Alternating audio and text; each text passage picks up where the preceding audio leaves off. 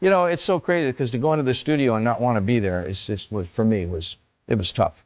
But so Bruce Fairbairn felt the tension between Ed and me and Mike and Ed. You know, Mike would put a bass part down and Ed would go in there and listen to it like fucking like this. Kind of under a microscope, you know, and Wait, go back. And Bruce would go, there's nothing wrong with that note.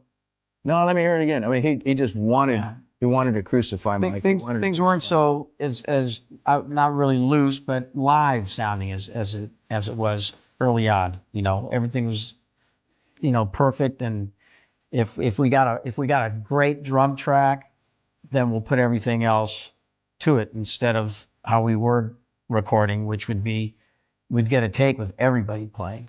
Yeah, you know. Ed and I weren't getting along because he was disruptive when I was trying to do vocals. Same thing. He'd come in before I was done and start making comments, and I'd be like in there waiting to sing, and he'd have the mic turned off. He's talking to Bruce, telling him, "I want Sammy to do this, I want Sammy to do that," and stuff. And Bruce would be arguing with him like, "Ed, get out of here." He'd say, "Ed, get out of here. You know, get out of here. We got this, you know." And it really would piss me off because I'm sitting in there waiting for Ed to stop, you know, complaining about something he hasn't even heard yet. So Bruce said, "Fuck this, come on, we're going to Canada."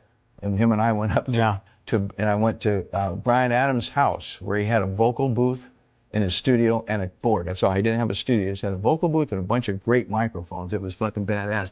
I remember trying to buy one of those microphones. So I did Can't Stop Loving You. I did Don't Tell Me What Love Can Do. I did Deja Vu there. And I finished up the lyrics because, you know, I needed to get away. I always would get away to finish up my lyrics for a few days or nothing else. But anyway, it was great. And got it all done.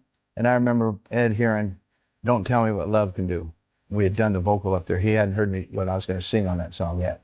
And they come up, him and Al come up, and they walk in the studio, and I'm sitting there with Bruce and said, "They want to play you something." And I remember when I fucking started yelling up, and I mean, it was like, whoo, man. I mean, I was fucking pouring my heart out. I remember Ed looking at Al going, yeah, this is pretty good. we can't poke holes at this, man.